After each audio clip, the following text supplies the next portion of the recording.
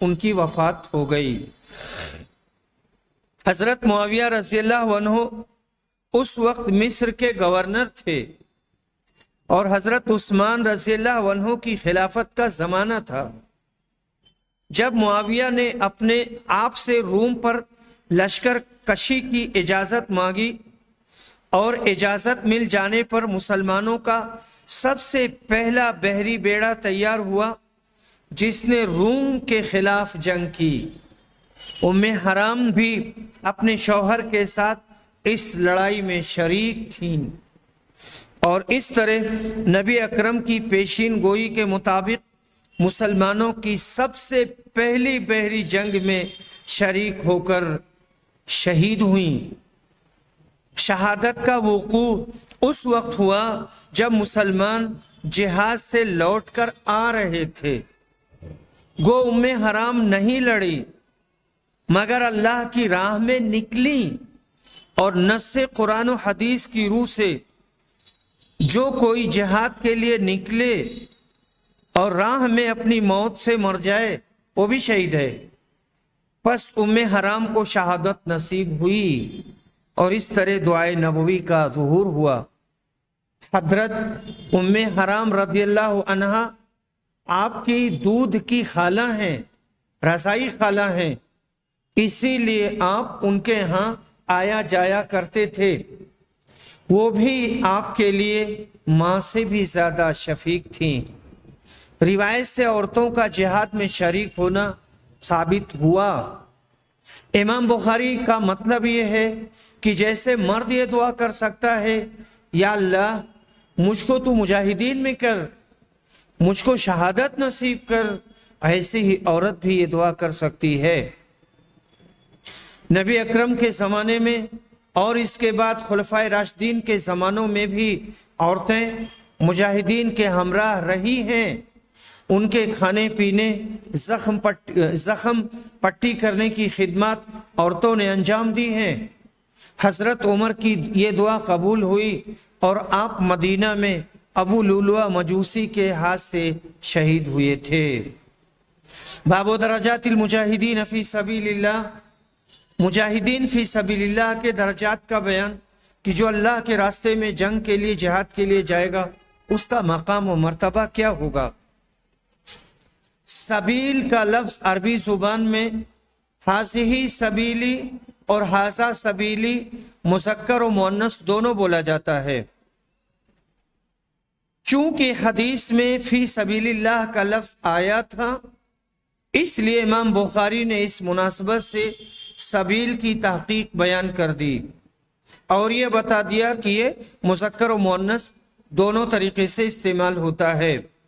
حدیث نمبر 2790، ابو ہریرہ رضی اللہ عنہ بیان کرتے ہیں کہ رسول اللہ صلی اللہ علیہ وسلم نے فرمایا، جو شخص اللہ اور اس کے رسول پر ایمان لائے، نماز قائم کرے، رمضان کے روزے رکھے تو اللہ پر حق ہے کہ وہ اس کو جنت میں داخل کرے گا، خود اللہ کے راستے میں وہ جہاد کرے یا اسی جگہ پڑا رہے جہاں پیدا ہوا تھا۔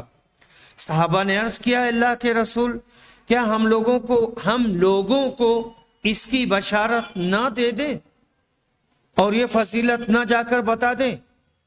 آپ نے کہا، جنت میں 100 درجے ہیں جو اللہ تعالیٰ نے اپنے راستے میں جہاد کرنے والوں کے لیے تیار کیے ہیں۔ 2 درجوں میں اتنا فاصلہ ہے جتنا آسمان و زمین میں ہے۔ اس لیے جب اللہ تعالیٰ سے مانگنا ہو تو فردوس مانگو، کیونکہ وہ جنت کا سب سے درمیانی حصہ ہے اور جنت کے سب سے بلند درجے پر ہے، سب سے معزز و مشرف، سب سے اعلیٰ اور سب سے اچھا درجہ ہے۔ یحییٰ بن صالح نے کہا کہ میں سمجھتا ہوں یوں کہا کہ اس کے اوپر پروردگار کا عرش ہے اور وہیں سے جنت کی نہریں نکلتی ہیں۔ مطلب یہ ہے کہ اگر کسی کو جہاد نصیب نہ ہو لیکن دوسرے فرائض ادا کرتا ہے اور اسی حال میں مر جائے تو آخرت میں اس کو بہشت ملے گی،